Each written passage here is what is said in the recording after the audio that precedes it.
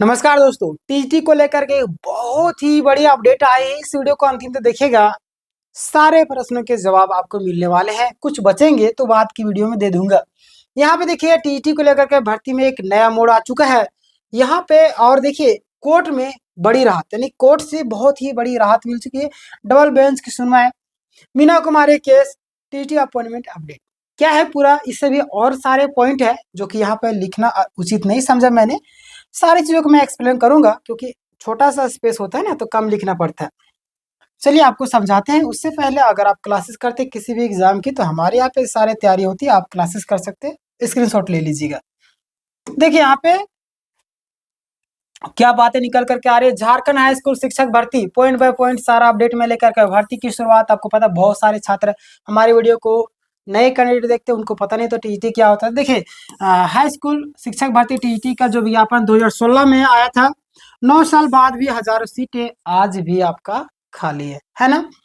चलिए कोर्ट में क्यों गए उम्मीदवार, क्या रीजन थी, क्या क्या बातें शामिल। लंबे इंतजार के कारण उम्मीदवार हाई कोर्ट से सुप्रीम कोर्ट तक गए। सुप्रीम कोर्ट में सोनी कुमारी केस में टैग कई लोगों को नियुक्ति मिली। आपको पता होगा, आप जानते भी होंगे, कई ऐसे अभ्यर्थी जिन्हें क्वालिफाइंग मार्क्स पूरा नहीं था। बहुत सारे ऐसे अभ्यर्थी जिनका क्वालिफाइंग मार्क्स भी पूरा नहीं था, बट उनका नौकरी लग गया, जिसके कारण आज देखिए कई सारे लोग इसी उम्मीद में हैं। और जरूरी भी है, क्यों नहीं, क्योंकि अब उस समय पिटिशनर बनने का बेनिफिट हुआ था, अभी नहीं भी होता है। क्यों? क्योंकि सीटें सीमित रहती है और पिटिशनर ज्यादा बन जाते हैं। इसका नुकसान यही होता है ना। बाकी फायदा तो होता ही होता है। भर्ती में 4 तरह के कैंडिडेट प्रभावित हैं इस भर्ती में। पहला देखिए मीना कुमारी केस वाली 1 सितंबर की सुनवाई, जिसका केवल डबल बेंच में, यानी कि जो इनका जो केस है ना, डबल बेंच में जाएगा। इस पर आने वाला आदेश सबसे पहले लागू होगा, है ना। आगे मैं आपको बताऊं तो यहाँ पे आप ध्यान दिएगा। दूसरा 11 सितंबर सुनवाई वाले, यानी कि ये जो आपका मीना कुमारी केस में टैग नहीं थे, कौन, ये लोग, लेकिन मीना कुमारी केस का फैसला इन पर सीधा लागू होगा, है ना। दूसरा अगला मैं आपको बताऊं तो यहाँ पे देखिएगा, सितंबर के बाद केस करने वाले बहुत सारे कैंडिडेट जो सितंबर के बाद केस किया है ना, 11 सितंबर के बाद केस में टैग कर दिया गया है। अगला फिर देखिएगा नॉन पिटिशनर उम्मीदवार, कई सारे उम्मीदवार जो है कि बिना पिटिशनर बने ही है ना, जिन्होंने जेएसएससी में अप्लाई किया पर केस नहीं किया, यानी कि 4 प्रकार के मैंने आपको बता दिया। आगे हम बात करते हैं। देखिएगा कहते हैं हम भी योग्य है, हमें भी नियुक्ति मिलने जाए। कहते क्या है, अगर मैं जा रहा हूँ, मैं योग्य हूँ तभी तो जा रहा हूँ, कोर्ट का टाइम बर्बाद तो मुझे करना नहीं है ना। देखिए 11 सितंबर वाला केस पहले की क्या स्थिति, यानी कि पहले से अभी तक क्या स्थिति बनी हुई है जान लीजिए। देखिए कोर्ट ने कहा था, क्या कहा था, मीना कुमारी केस का फैसला 11 सितंबर वाले कैंडिडेट पर सीधा लागू होगा।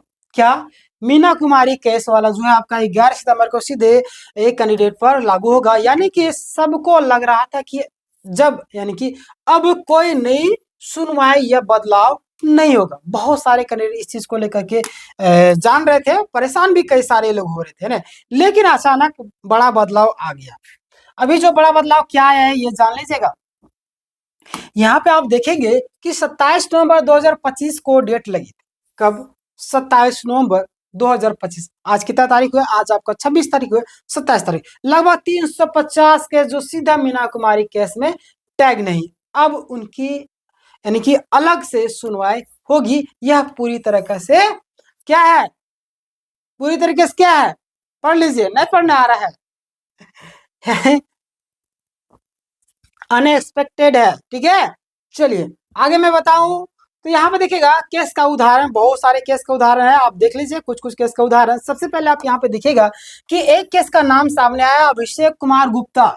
इनकी 11 सितंबर को सुनवाई हुई थी, इनका अभिषेक कुमार गुप्ता। अब अचानक 27 नवंबर को नई सुनवाई तय होगी।